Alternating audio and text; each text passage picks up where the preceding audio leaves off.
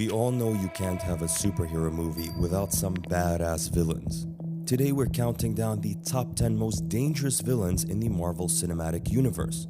Number 10. Mysterio. More than being brilliant, it's important for a dangerous, non-powered bad guy to be cunning. Beck was also smart enough to create the technology that Tony Stark dubbed Barf, which is part of what made his illusions work so well. He would fill the void left by Tony's passing, trick the world into believing they were under attack by multiverse monsters, and run circles around everyone using deepfake footage to control the narrative. As Mysterio, Beck never wanted to protect the world, only make people think they were safe while he killed thousands in his quest to inherit Tony's legacy and weapons. Using holographic projectors, Mysterio both outsmarted and outmanned Spider-Man on several occasions, using his worst fears against him. Number 9. Ultron. Ultron is the MCU's Frankenstein monster. He destroyed a whole country, for crying out loud, a sort of sentient robot son to Tony Stark. Ultron sounds cooler in theory than he actually is in execution. But he is voiced by James Spader in a mustache-twirling villain mode, and he's the kind of unapologetic drama queen who insists on having his own throne. After the Battle of New York saddled him with severe anxiety, Tony Stark was infused with a mad drive to protect the world. His plan, however, fatally fell off the rails when Wanda Maximoff's power helped give birth to Ultron, a crazed peacekeeping AI program housed in vibranium armor. Ultron ran the Avengers ragged, and in its efforts to extinguish humanity, leveled Sokovia and killed Pietro Maximoff. Number 8. Wenwu. Shu Wenwu turned out to be a very powerful, almost immortal being who used those same 10 rings of power to become a power player over the centuries, first as a conquering warlord and later as a criminal mastermind. Wenwu is a top-notch villain by any stretch of the imagination, largely due to the performance of international film royalty Tony Leung. This is a character who can be scary, this is a character who can be warm, but the key to this villain's greatness, at no point do we question his motivations. Number 7. Ego. Unlike many MCU villains, Ego was not a traditional fighter. Instead, he was a celestial who could control energy and matter. As such, he was incredibly strong. And during Guardians of the Galaxy Volume 2, he would use his unique powers against the titular group. Apart from his son Quill, who shared some of the same abilities, the heroes stood no chance against his might. It didn't help that Ego's only weakness was in the core of the planet he created. Peter was only created so that Ego could double up on his power and spread himself, literally, across the entire universe. And while that sounds pretty terrible, it somehow doesn't compare to the cruelty of Ego purposefully giving Peter's mom cancer. Number 6. Dr. Doom.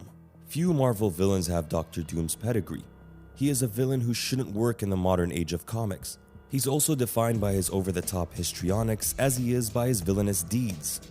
Dr. Doom remains capable of the most reprehensible actions, but at times, there's also a profound goodness to him. He's even saved the universe on multiple occasions. Doom is a bundle of contradictions, which is what makes him such a great villain. He can be both vile and sympathetic, making the audience love and hate him at the same time. Number 5. Dark Phoenix. When Mastermind tampers with Jean's physique, she breaks down her self-imposed barrier, unleashes her full powers, and names herself Dark Phoenix. As Dark Phoenix, she strikes down the X-Men and travels across the galaxy. To recharge, she consumes a debris star, causing a supernova that kills every single civilian living on the planet orbiting the star. In the end, Jean chooses to disintegrate herself using an ancient Kree weapon. Her powers as Dark Phoenix were simply unimaginable and could have caused unlimited destruction. In the end, she was truly the only one that could stop herself and her godlike powers. Number 4. Hela. Thor and Loki's sister Hela only needed a single movie to prove her immense strength. Initially, she did so by easily obliterating Melnor. Then she went to Asgard and quickly eliminated the warriors before slaughtering most of the Asgard's elite force.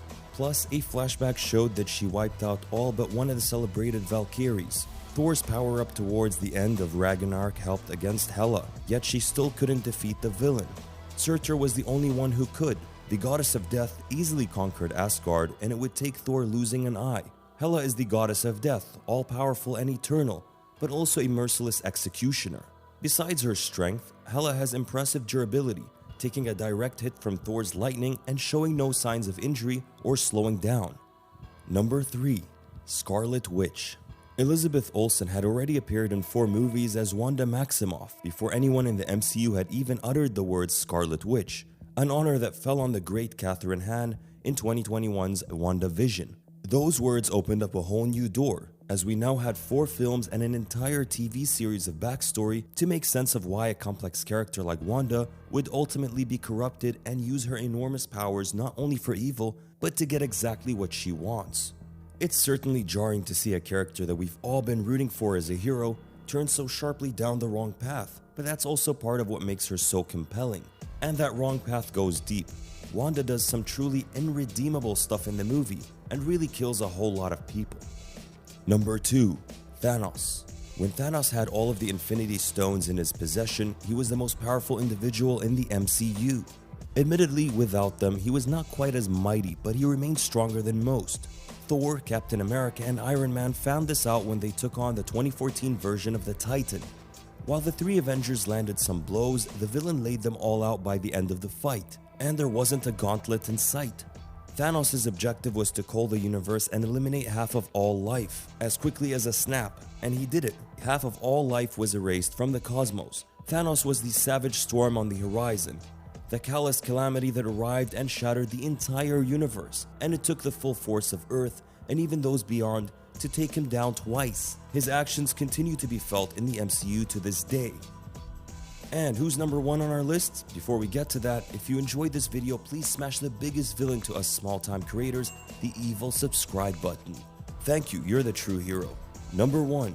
Dormammu. Dormammu's full capabilities have never been shown in the MCU, yet it's clear that they're pretty much infinite. The ruler of the dark dimension has the strength to take over worlds, and he would have done the same to Earth if it wasn't for Doctor Strange. As a pre-mortal interdimensional being with apocalyptic powers, it's safe to say our entire realm of existence would have fallen very quickly to this ruler of the dark dimension.